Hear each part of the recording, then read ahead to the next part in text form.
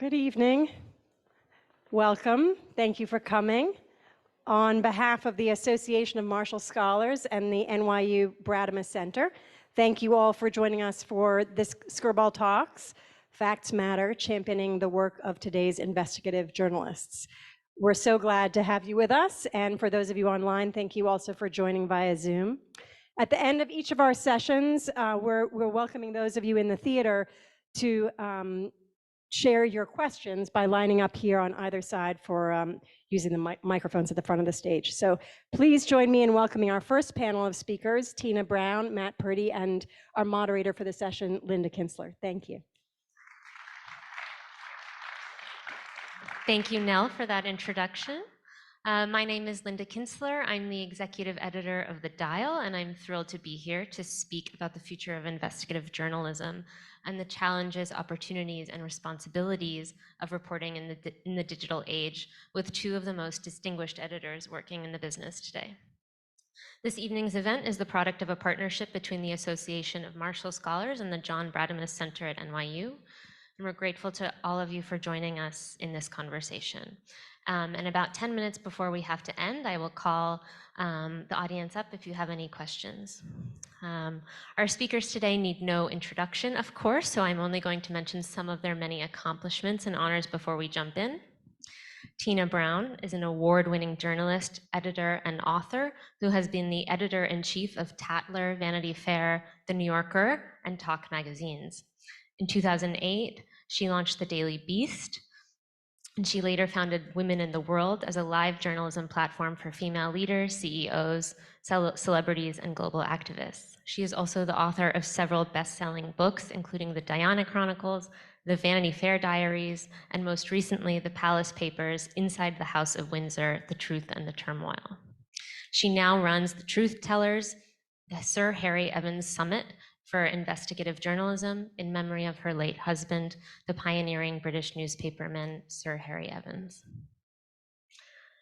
Matt Purdy, welcome, was named editor-at-large of the New York Times in August 2022, and previously served as the deputy executive editor and deputy managing editor of the paper. And in a variety of roles, he has overseen investigative reporting for the Times since 2003, and has also been a reporter, columnist, and editor for the paper.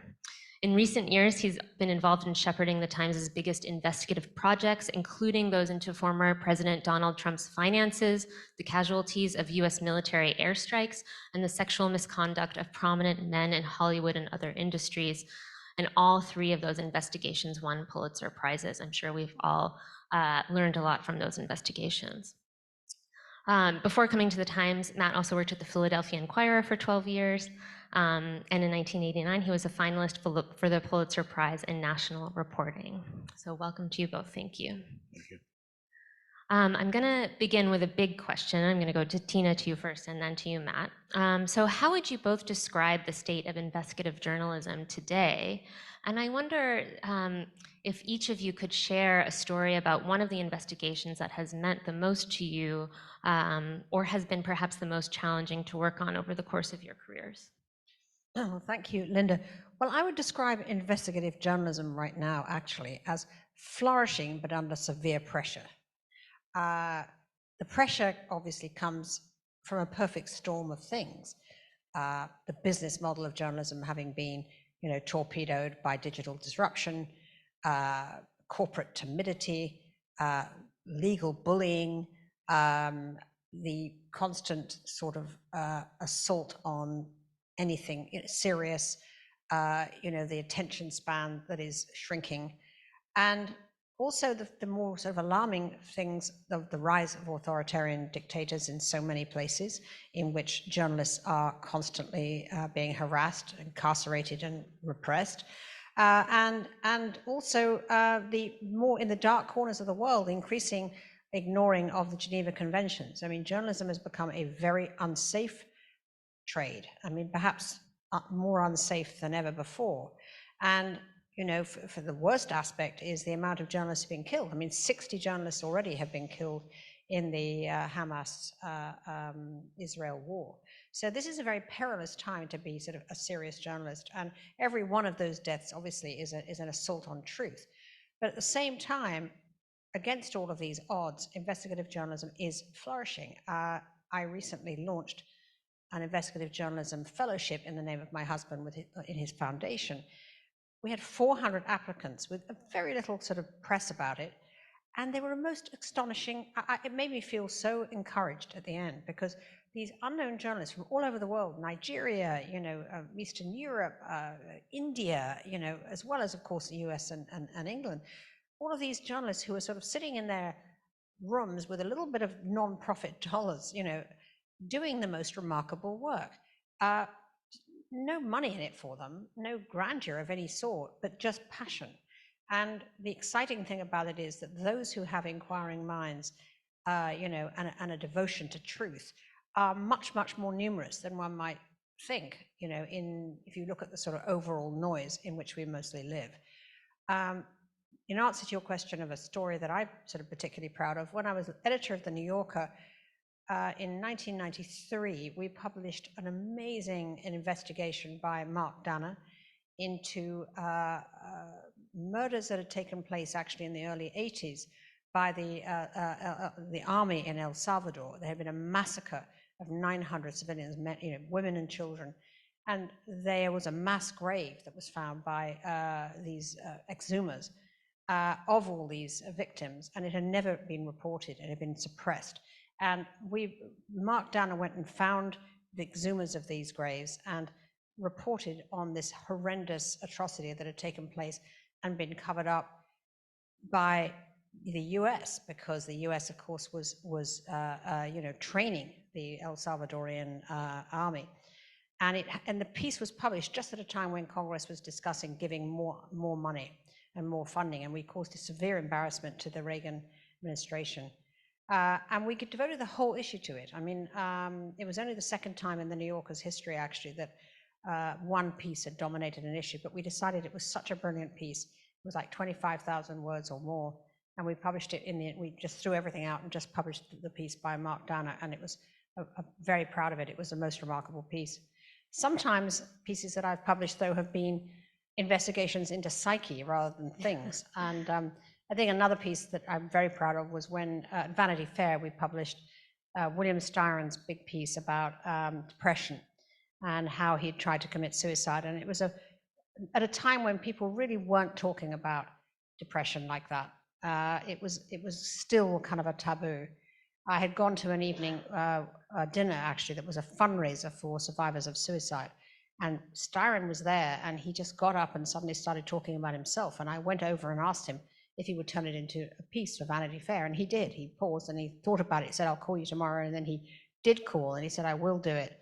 And I called it Darkness Visible, after a line from The Wasteland. And it became a very famous piece, and he turned it into a book. So I think those are the two things that perhaps stick out mostly for me. Yeah, no, incredible. And that's a testament to investigative reporting for magazines.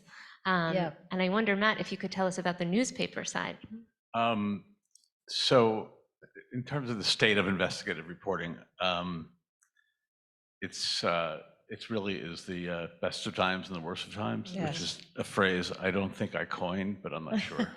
I'll start with, since you started the worst of times, I'll start with the best of times. I think we have opportunities and tools for doing investigative reporting that we just could not have imagined when I started in journalism in the late 1970s.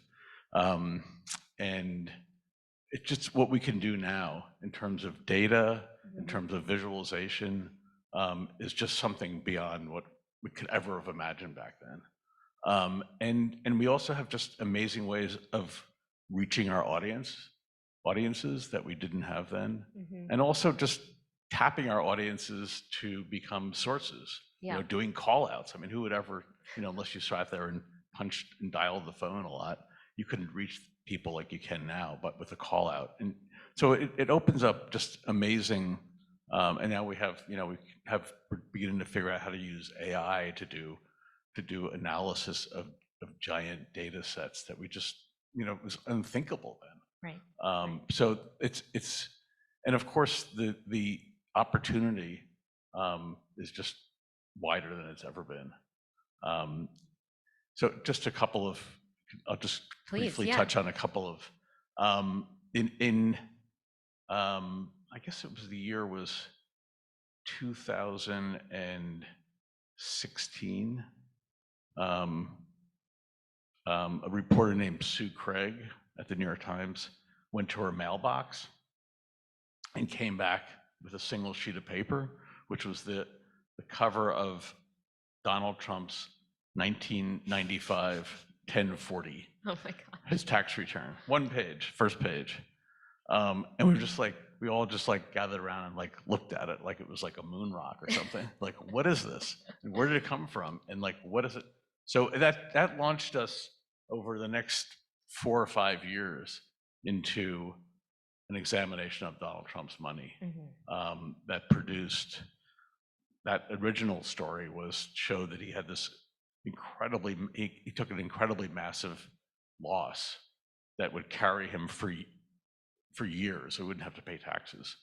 And then we did another long story that took a couple of years with a group of reporters to look at the transfer of his father's generation's wealth, his father's wealth, to his generation, and how they kind of manipulated the taxes to pass a ton of money to that generation. And then after we published that story, lo and behold, what we called a bunch of tax data showed up kind of over the transom. Wow. And we were able to kind of reconstruct his taxes going back, his personal taxes going back for a long period of time. And we're able to show that, I guess the lead of the story was that he paid, the year he was elected president, he paid $750 in taxes. And the first year in office, he paid another $750. And we concluded that he probably just told his accountants, I want to be able to pay something. And that, because we couldn't figure out, how do you come up with $750? So that's what, and then we could talk about it later, but the other story that was really defining was the stories that led to the Me Too movement. Right. Which, and why I think investigative reporting is so important is it's an example of the fact that you really can change the world. Yeah. And it gives a real purpose and mission to what we do. Yeah, and I want to ask both of you about the kind of nuts and bolts questions about how these investigations are done, and also about what journalists need today to do their jobs. We are in this environment where we're all operating with social media being at once a source and something that we are kind of always in conversation with, and in many instances combating through our work. So Tina, I wonder if you could speak a little bit first about how you have thought about doing this kind of work in this new information space, and how the work that you're doing is trying to contribute to that. Well, I think Matt is absolutely right that some of these new tools are absolutely incredible. And I mean, we hear endless doom scrolling about AI, and there's plenty of things to be very, very nervous indeed and scared about.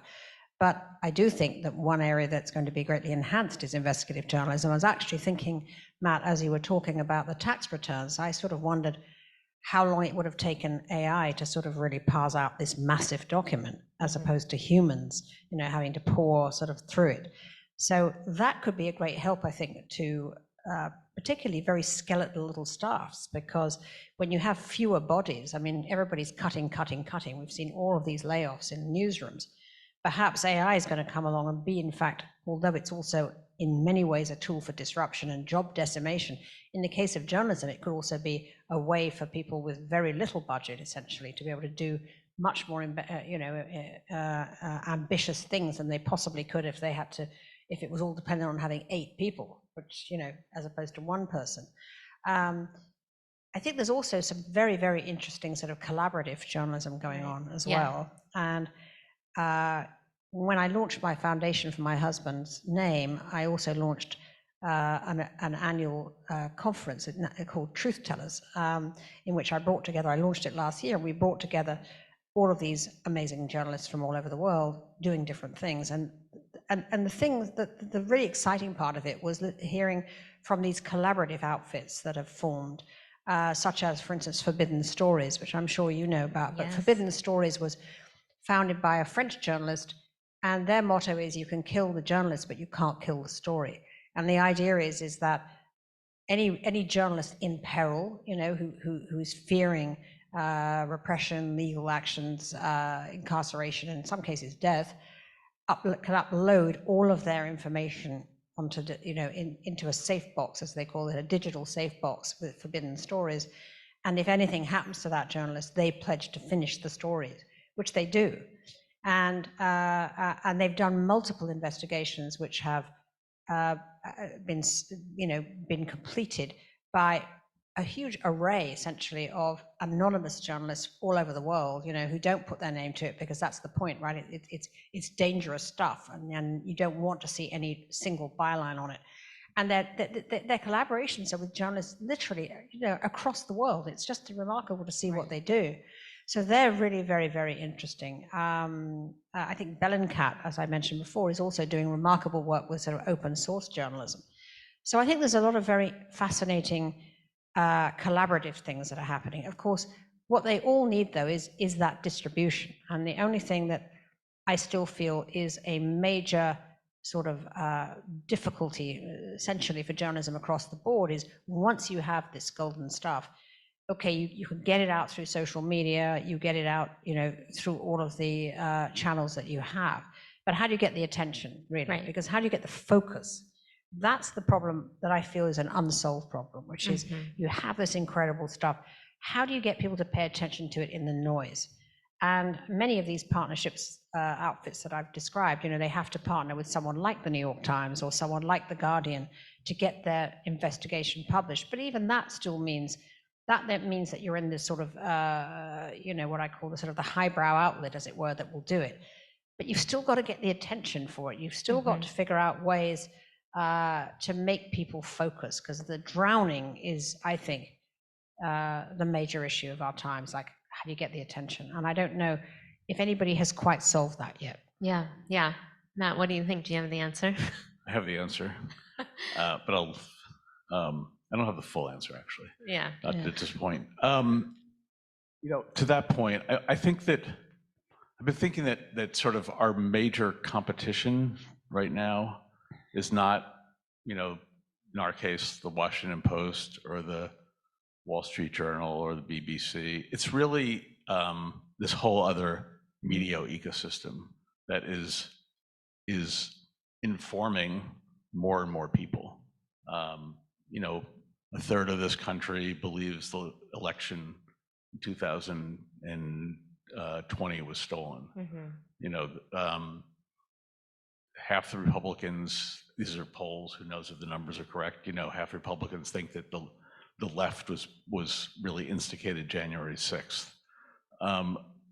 That's really as our competition. I mean, we have proudly, the New York Times has 10 million subscribers, which is really great for the business, and it's good to have a great business. But in terms of our mission, it's really how do we reach people who are not going to sit down and read the New York Times or watch some long investigative documentary.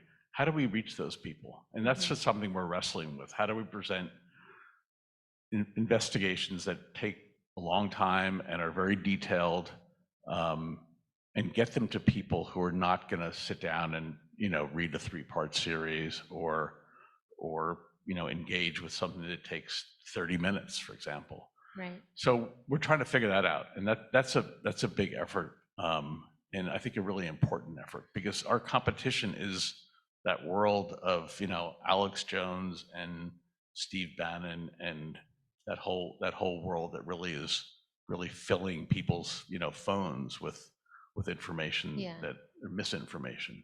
And I wonder, I mean, has this kind of ecosystem changed how you actually go about doing the investigations in the first place? In other words, the process is part of it, you know, perhaps with the Me Too investigations, also showing readers after the fact, how this was made, how the long process of reporting that goes into this, and kind of protecting the journalists along the way.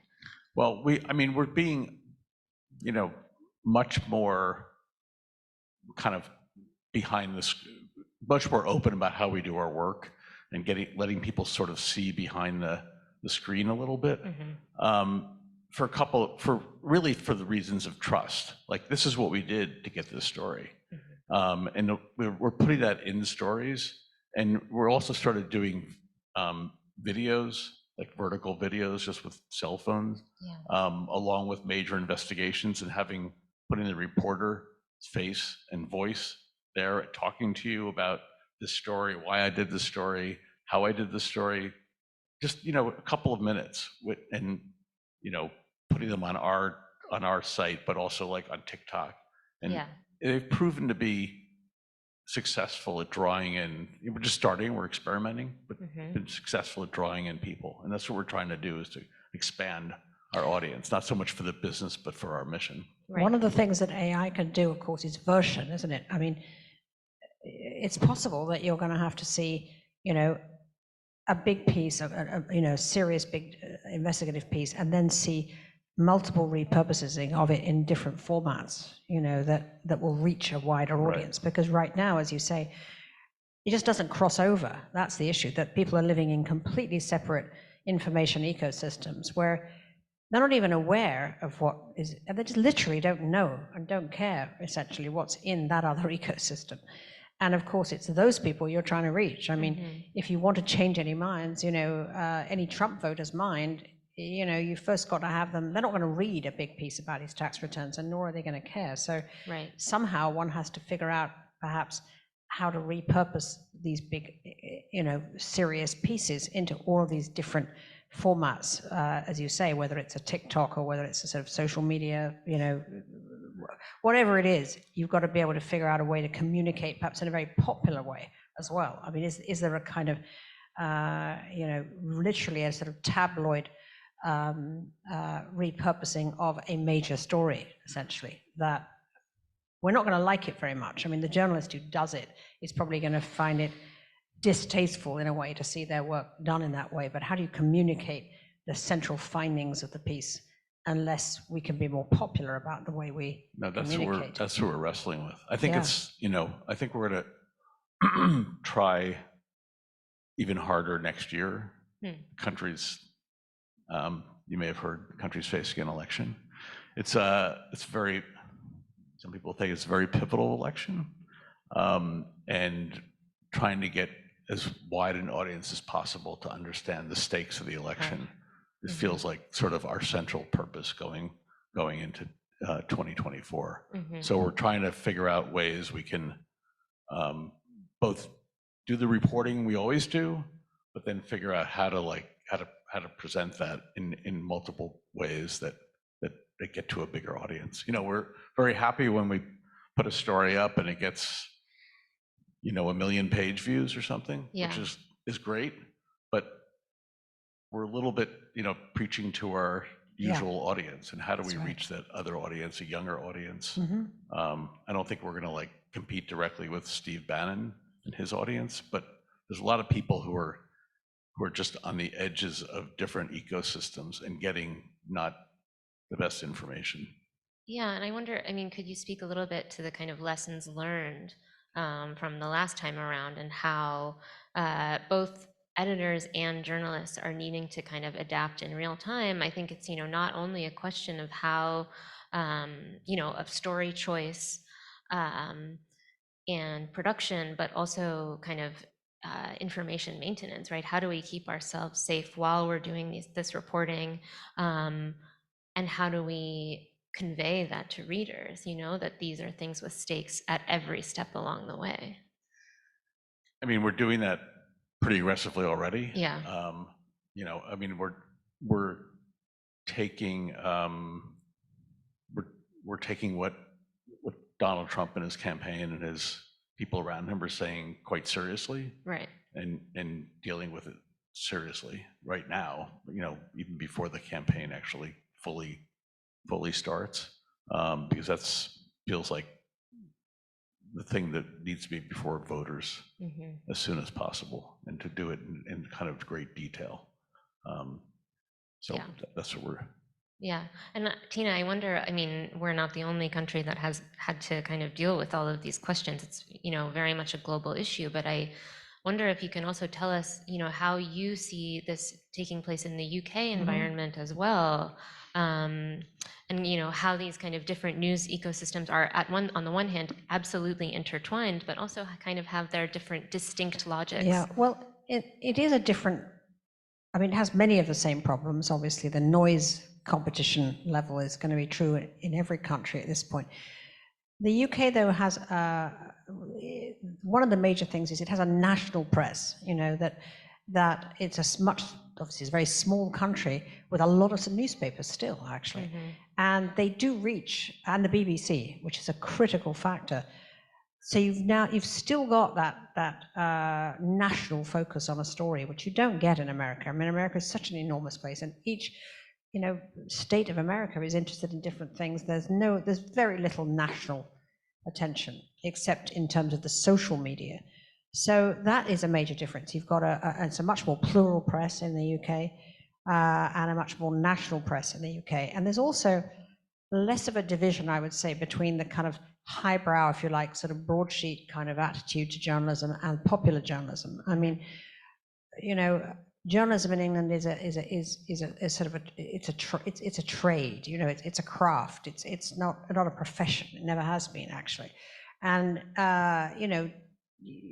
traditionally, even the most kind of upscale writer might well write for a very sort of essentially a rag in the UK, which they never would here. There's much more of a sense of, I'm a serious journalist, I only appear in serious places, whereas actually serious journalists in the UK are quite happy to write, if the money's enough, quite happy to peddle out a column every Sunday for, a tabloid newspaper. And in some ways, I think that is actually healthier in a funny way. There's less snobbery, if you like, with a serious press versus the sleazy press.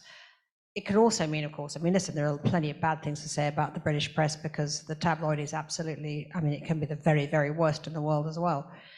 But I think that is a slightly more robust sort of attitude in terms of the communication issue that we're talking about. And one should not underestimate the BBC's power, which is constantly being undermined and attacked, and by the Tories who want to get rid of the BBC. But the fact is that the BBC, it's the last bulwark really of serious information that everybody does trust. Whatever people say about it, people really trust the BBC still, which I think is a huge, huge asset that England has, which America doesn't have, actually. We used to have the evening news, right? Yeah. But that's really the impact of the evening news just being what it used to be. Right. So we don't have a common, it's losing that kind of common sense of what's happening, right? Yeah. And which makes it very difficult. Yeah, and you also have done investigations into the BBC. We have, yes, Plenty. that's true. Every week. I did that, yes. Yeah. Well, I wonder if on this subject, if we could talk a little bit about the future of international reporting, both at the Times and elsewhere. If because of the funds and the support required to do any serious investigative journalism, both here and abroad, how you see this evolving in the future, if there are any kinds of collaborations that you see, like the ones you were speaking about, Tina, and at the Dial, we actually have collaborated with Forbidden Stories. I think they're an incredible organization, and I often think about all of the stories of journalists that have gone unwritten. So I wonder, if we can just think a little bit about, if you could impose your will on the future of the field, what would you like to see about collaborations between newsrooms to try to get things out to the public and kind of break through this wall? There's been an increasing number of international collaborations, right? Through ICIJ, Yeah. International Consortium of Investigative Journalists, I think is what, yeah. ICIJ. The Panama Papers was a sort of most well-known, and that, their model is to get together like dozens of journalistic organizations. It's very complicated and can be a little bit of a wrestling match, among the different outlets. But things land with an impact, right? Because it really does kind of span the world, or a good part of the world. So I think there needs to be more of that. Although they are complicated to pull off with that many editors and reporters. And I think that also, I mean, we set up an international investigative team based in London, and we're trying to do those kinds of stories around the world that we would want to do in New York, for example. Right. And have stories that land with big impact. We looked at the voting manipulation in Poland, for example. It's the kind of investigation we would do in this country, and wanted to bring that kind of journalism and that kind of focus to stories around the world. I think that international journalism, the foreign coverage kind of journalism, is in the greatest peril because of Absolutely. the budget cuts mean that people have cut their bureaus. Now there's been a lot of feeling, well, okay, we'll have homegrown journalists doing the reporting, and of course you can.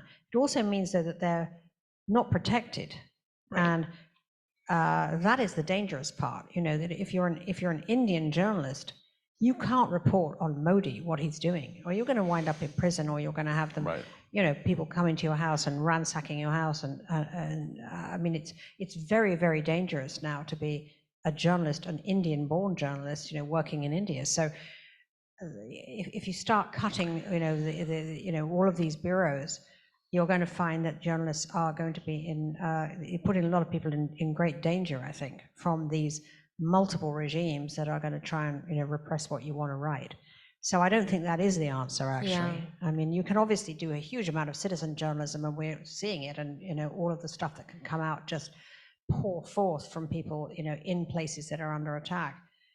But you still need to have properly funded, protected, legally protected journalists in these places who can really tell the story and know that they're going to have a proper structure behind them. Right. Or we simply are asking them to just get killed, essentially. No, I mean, the Wall Street Journal reporter Evan Gershkovich is a good old friend of mine, and I think about him often, and I think the unfortunate reality is that a lot of journalists now are working in exile, and are trying Right. to kind of find innovative ways to continue covering their beats from afar in countries where they may not speak the language. And so I think it's forcing the field to kind of reckon with these really urgent and pressing and unfortunately growing limitations. Yeah. I mean, we have people obviously around the world who work with us, but both on staff but on staff. And I mean, it takes the bigger outlets to make a commitment to reporting in those kinds of politically dangerous places, because we can have both obviously the resources, but also the legal resources to protect people and get them out of a situation they need to be gotten out of. So we do a lot of that, and it needs to be more of that, but it needs to come from the bigger organizations that have those resources, because it takes a lot. I know. I mean, at our Truth Tellers Summit in London, we had, I don't know whether you know the amazing journalist Annabel Hernandez in Mexico. I mean, she's absolutely incredible. She writes about the cartels. Her own father was murdered by the cartels, and she's done so much unbelievably brave reporting. She's had multiple attempts on her life.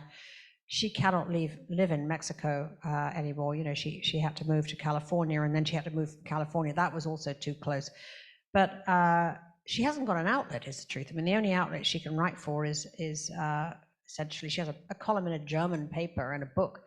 She writes books, but she can't be published even in Mexico. It's too dangerous, because anyone who publishes her is also a target for assassination. So these are the realities that these remarkable, these are heroes, actually. And I don't think we valorize these journalists enough, actually. I mean, these journalists are really unbelievable what they do, and for very little reward and increasingly, little protection. We should be really celebrating them, I think. One of the saddest things that's going on is that in the US, journalists, increasingly feel threatened. Yeah. Right. The rhetoric around political violence and the threat of political violence against journalists is real, and that is something that just didn't really happen until the last 5 or 6 or 7 years. And that's a scary thing. I mean, part of it's kind of social media harassment and bullying, but part of it is the sense of that something physical could happen. Yeah. And it's so we're facing it here as well. And Trump has already said, that he's going to go after journalists, if he wins. That, I mean, this next term, he's not going to sit by while journalists criticize him. So what does that mean? What does go after mean? Is he going to be, legal, physical threats? I mean, it's very nerve-wracking to suddenly feel that you might be living in a country like Turkey, Right. where you can't, slightest criticism, or Saudi. I mean, people are executed in Saudi for just tweeting about the sovereign. So I think we're not taking it seriously enough about what a major threat this is. Right. And part of the problem is that we do not know the nature of the threat. And so we have to continue having these conversations about just how bad it could get for us. But let's not end. I don't know. We're ending, but we should go too deeply down a dark hole, though, because I mean the great thing about this line of work, as I said before, is you really can make a difference, and it's important, and it feels like you're doing something that is beneficial to a lot of people beyond yourself, Right. and to do that is just a great service, but it's also a great feeling. I mean, it's a great way to sort of spend one's time and one's energy, and to find out things that people don't want you to find out that really help people.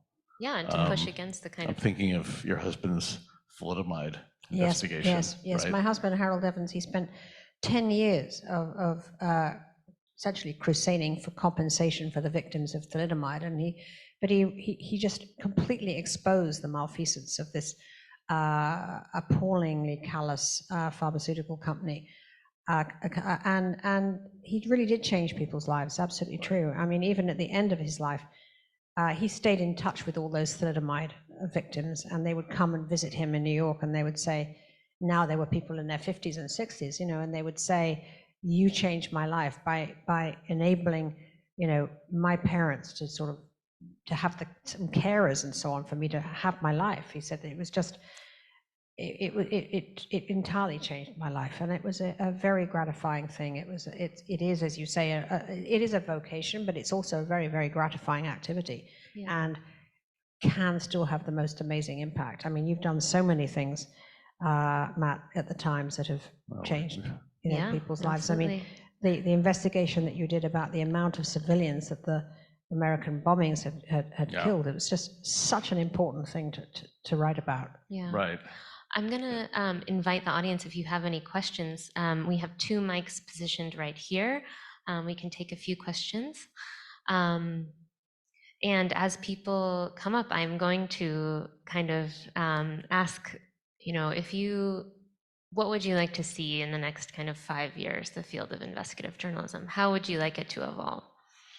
Much, much more of it. Let 1,000 flowers bloom. let the MacArthur Foundation, whatever they're called. There's this new foundation which is called Press Forward. It's about funding the press. I mean, we want funders to come forward and fund this activity, because I mean, although we're talking about how anyone can do it, everybody can't do it, because you've got to have the resources to actually pursue these investigations, and you have to have legal backing, and you have to have a whole structure, and you have to have a distribution channel. So that's all I would like. I would like a tax on every Silicon Valley billionaire.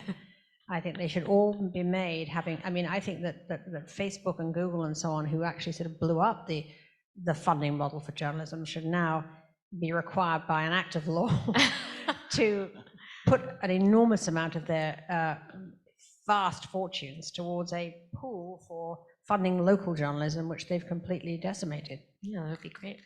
That's what I think. Thank you very much. Unfortunately, they're not paying attention. Vote for that bill in Congress out here. I don't know if you also want to Well, look I into think your that crystal we need, ball. I hope there's a first green shoots of investigative journalism coming back locally. Yeah. And that's incredibly important because there's so many state houses that are barely being covered. And that is really where a lot of things happen that affect people's lives, state houses and city halls.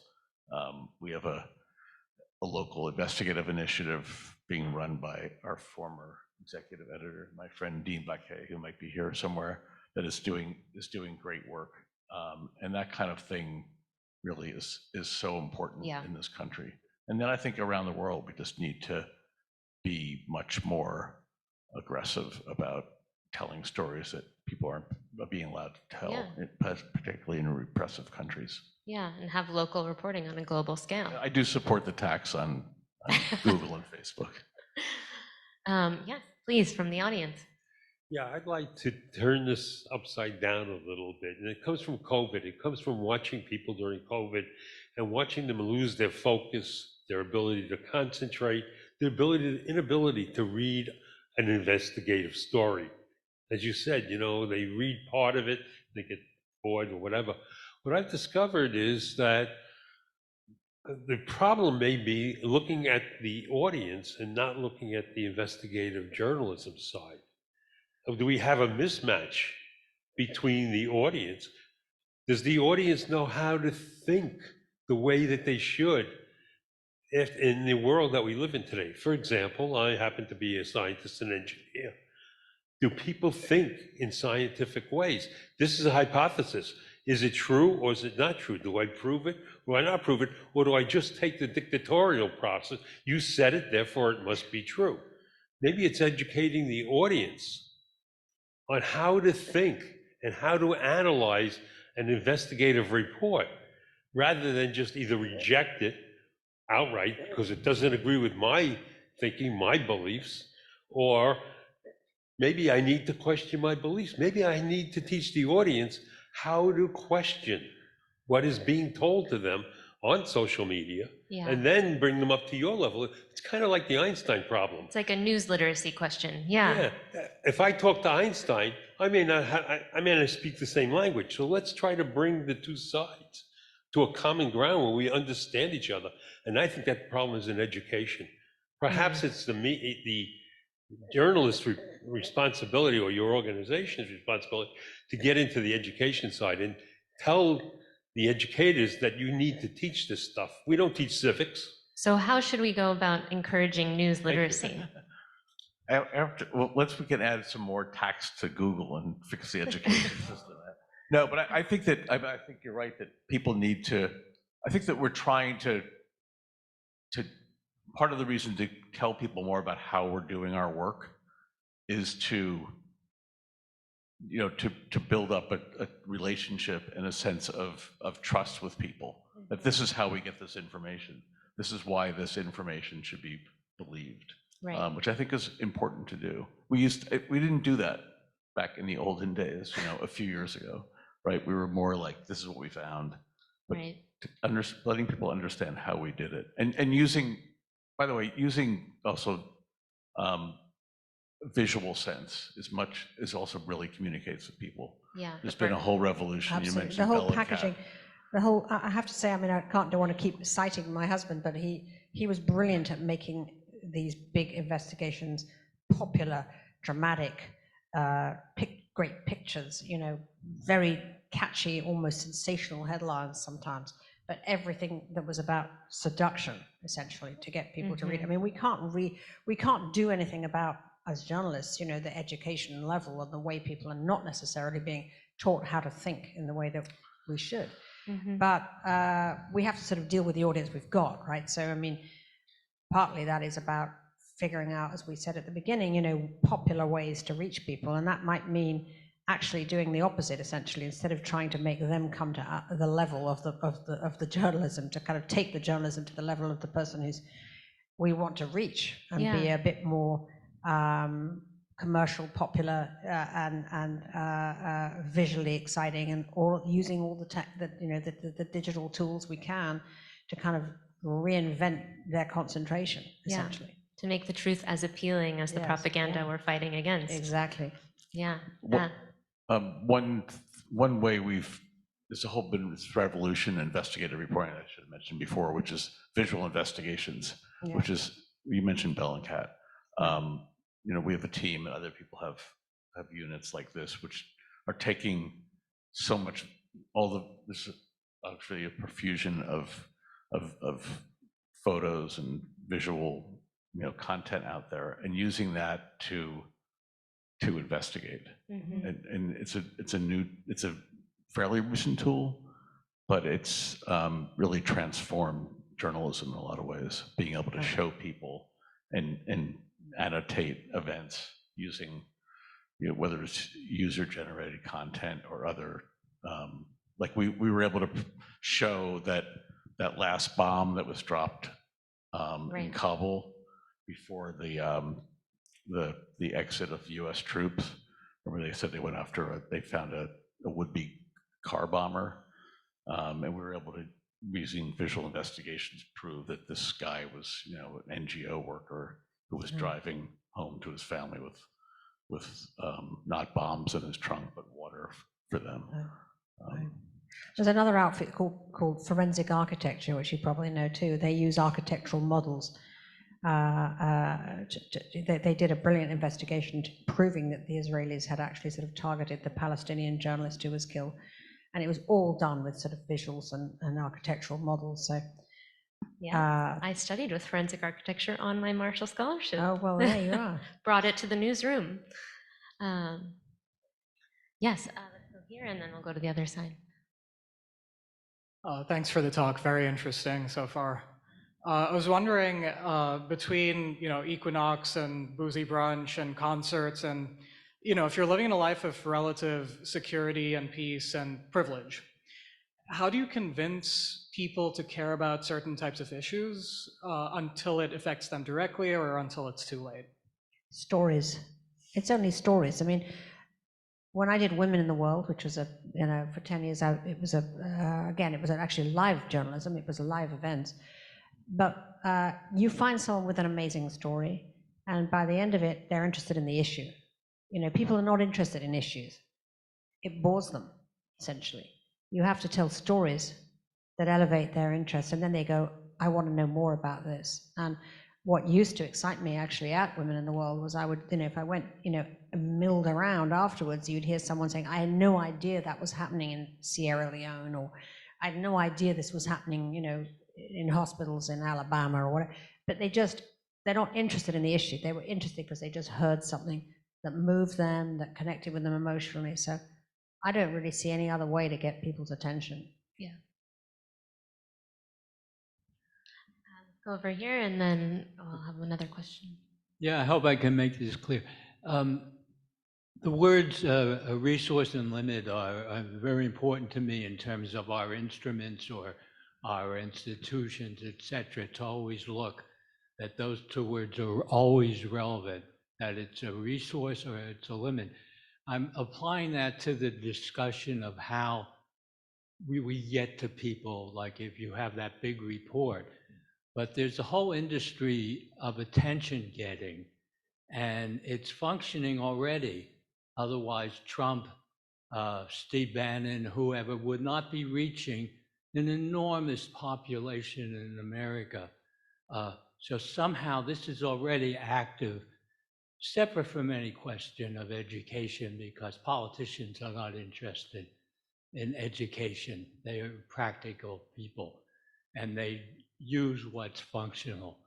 Well, So- Trump is a great communicator, let's face it. I mean, he understands, he communicates at the level of a sort of, 12 or 13-year-old boy, which is sort of the education level of a great many of the people, So the fact is that it's about the language. The language is very important. Are you communicating in terms and simplicity, essentially, of terms that people can really understand? It's about being an explainer without being, condescending, or without being, sententious and pious and all these things that turn people off. So mastering that language is very important.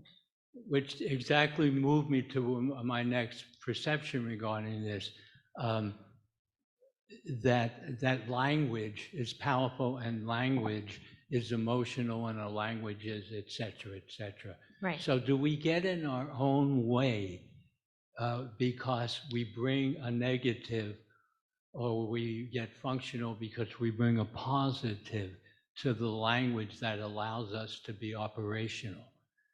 So the point being that Trump doesn't have to be self-reflective and anything but half an idiot.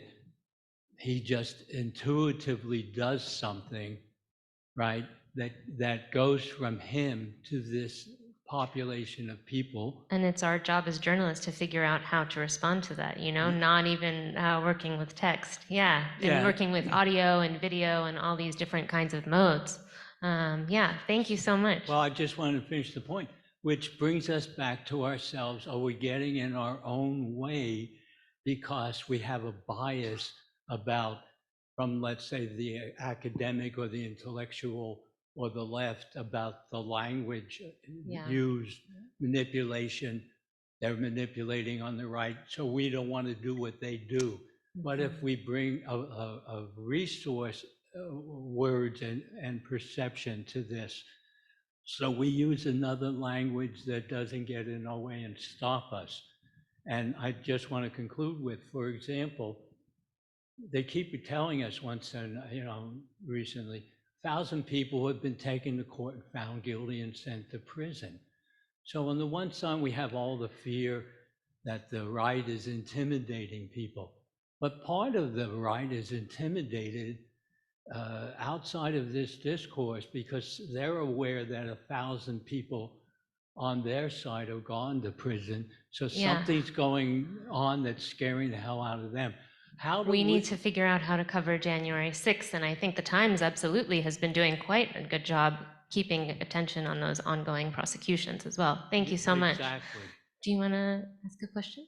Yes, please. I just wanted to ask you both a little bit about the financial tension that inherent in journalism. We've talked about trying to reach new audiences, and we've talked about ways of building trust with those audiences by having transparency and saying, hi, this is a Times reported, this is how they reported that story.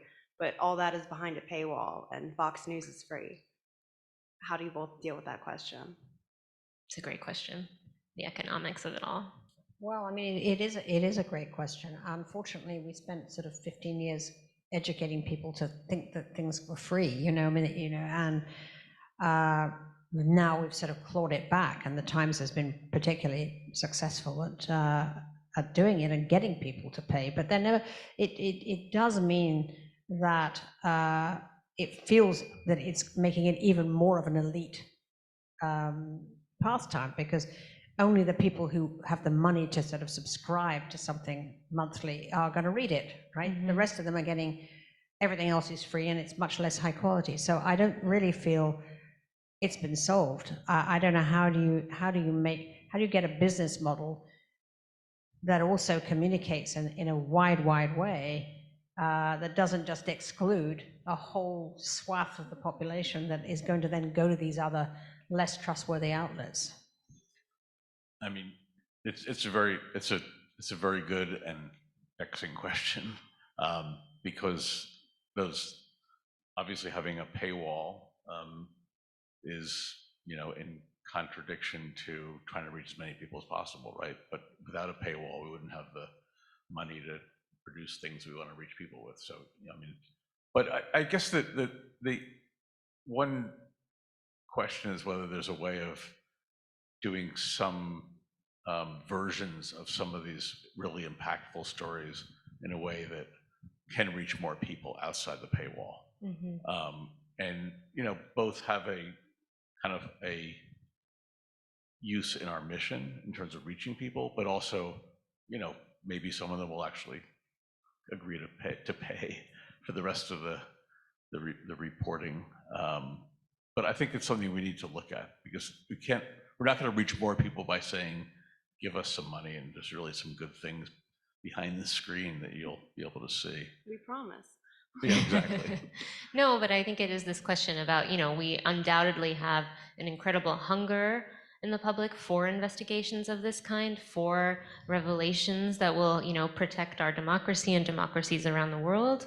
But also, how do we make it so that people don't have to go, type in NewYorkTimes.com to the homepage to access them, Right. that they're encountering them with the same frequency perhaps as they might see a clip from Fox News or, a deep fake that said, something to kind of make it more widespread, so that even people, when they're kind of idly scrolling, would encounter the truth along the way. We had a little bit of a, just using the Times as an example, a little bit of a revolution 10 years ago in our newsroom when the A.G. Sulzberg, who's now the publisher, Yeah. had a committee, and they were looking at the future of the paper and realizing that the Times was basically like sitting there like, we're the Times. If you want to come, read us, come on, you can if you want. And then we realized, well, we really in the way the world had turned, we need to go out and find our audience. Mm-hmm. So, it irked people who weren't used to that, but we needed to really all kind of be in the circulation business in a way of trying to figure out how to get our journalism in front of as many people as possible. And that was instrumental in building an audience, a paying audience, to subsidize our journalism. Yeah. Through our, basically through our website, and then through a bunch of, through the newspaper, obviously. But I think now we have a similar, the next chapter in that, which is how do we get a bigger audience for that journalism? And it may not be in the same kind of vein as getting people to be subscribers, but first sending out a longer, kind of net, or a wider net, to get more people in. Mm-hmm. And partly that may be by doing slightly different forms of our journalism. There's also the question, I think a lot of Americans, most Americans probably still get, it's an older age group, but there's a massive audience for local television news, right? So maybe investigations have to partner more with local television. Those journalism, those local TV channels are also starved essentially very often of funds to do investigations. And if investigations could sort of partner with the local news, it's possible they could be funding, they could do the popular version essentially. Yeah. I think we also underestimate the power of talk radio in this country. Yes. Because probably a lot of journalists don't listen to talk radio, but a lot of actual people listen to a lot of talk radio, and it's very influential. Yeah. Well, I'm so sorry, but we are just out of time. So perhaps for the final questions, we can talk about them after the event. I want to thank Matt and Tina for your time, for inspiring us about what is to come for investigative journalism. And I will welcome our next panel to the stage, which will be moderated by the Markup's Nabiha Sayed.